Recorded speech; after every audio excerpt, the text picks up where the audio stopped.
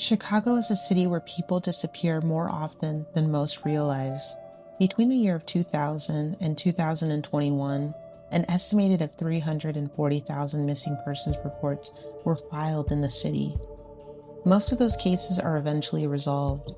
People are found, mistakes are corrected, misunderstandings are cleared up. But a smaller, chilling number are never resolved. Hundreds every year fade into uncertainty. No confirmation of life, no confirmation of death, just silence. For days, Linda Brown was one of those names. She was not reckless. She was not someone who lived on the edge of society. Linda Brown was a teacher, a woman defined by structure, responsibility, and routine. Someone who showed up every day, not only for herself, but for others. She had commitments, she had appointments, she had people who expected to see her. And then suddenly, she was gone. On the night of January 2nd, Linda spent the evening at home with her husband, Anton Brown. According to him, it was an ordinary night. The couple watched a movie together. Nothing appeared unusual. No arguments were reported. No tension that anyone has publicly acknowledged. Later that night, Linda went to bed early. That was the last time her husband says he saw her. When Saturday morning came, January 3rd, Anton woke up to an empty house. Linda wasn't there. She hadn't said where she was going. She hadn't left a note, and she hadn't texted or called. Later that morning, Linda missed a scheduled acupuncture appointment. For someone like her, that was immediately concerning. Family members tried calling. They sent texts. They left voicemails. There was no response. By the end of that day, Linda Brown was reported missing. Police released what little information they had.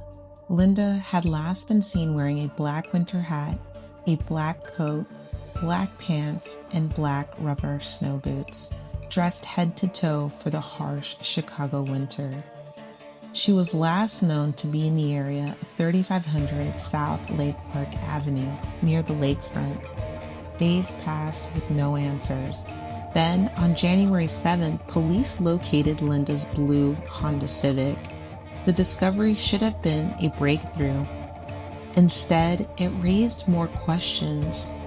Officers searched the area where the vehicle was found, but Linda was nowhere nearby. The next day, on January 8th, her family released details that changed everything. Surveillance footage from approximately 3 a.m. on January 3rd showed Linda parking her car. She exits the vehicle. She appears alone. No one follows her. No one approaches her. She walks calmly towards a pedestrian bridge leading to the lakefront. She crosses the bridge. That was the last confirmed image of Linda Brown. By January 9th, family members, friends, and volunteers gathered along the lakefront to search. They combed the pedestrian bridge. They searched 34th Street Beach and Burnham Park. Chicago police released new still images from the surveillance footage. Linda walking alone, dressed entirely in black. Authorities warned that she could be in need of immediate medical attention if found. But the search yielded nothing. No belongings, no clothing, no trace. As the days passed, the case spilled into the public consciousness, and with it came speculation. Online true communities began asking questions that always surface in cases like this. What about the husband? Statistics often fuel suspicion. A significant portion of women who are murdered are killed by intimate partners. History has conditioned the public to be skeptical, especially after cases where partners stood before cameras pleading for help while evidence built quietly against them. But this case refused to fit neatly into that narrative. Because the surveillance footage showed Linda alone, parking her own car, walking on her own, crossing the bridge without anyone visible behind her. If anyone harmed her, it didn't happen on camera. And that leaves investigators and the public grappling with deeply unsettling possibilities. Later, Linda's family shared something personal. They acknowledged that Linda had struggled with mental health issues. They did not frame it as an explanation. They did not frame it as a conclusion. They framed it as context. They emphasized that they still believed she could be alive. Lake Michigan in January is unforgiving. The water is icy, currents are strong, visibility is poor. If someone entered the lake, recovery could be delayed or never happen at all. But there was no physical evidence confirming that Linda entered the water. No belongings recovered, no witnesses, no proof of intent. Then days later, the search came to an end. On Monday, Chicago police recovered a woman's body from Lake Michigan near the 3100 block of South Lakeshore Drive, not far from where Linda was last seen. Authorities confirm the body was Linda Brown. Police stated they are conducting a death investigation pending autopsy reports. How Linda ended up in the water was not immediately clear. Her cause of death has not been released. No confirmation of foul play, no confirmation of an accident, no confirmation of intent, only heartbreak.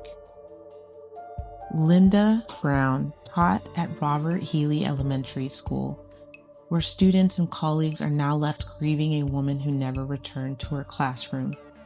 Her family described themselves as absolutely heartbroken. What happened in the early hours of January 3rd, after Linda crossed that pedestrian bridge, remains unknown. Did Linda suffer a sudden mental health crisis in the quiet hours of the morning?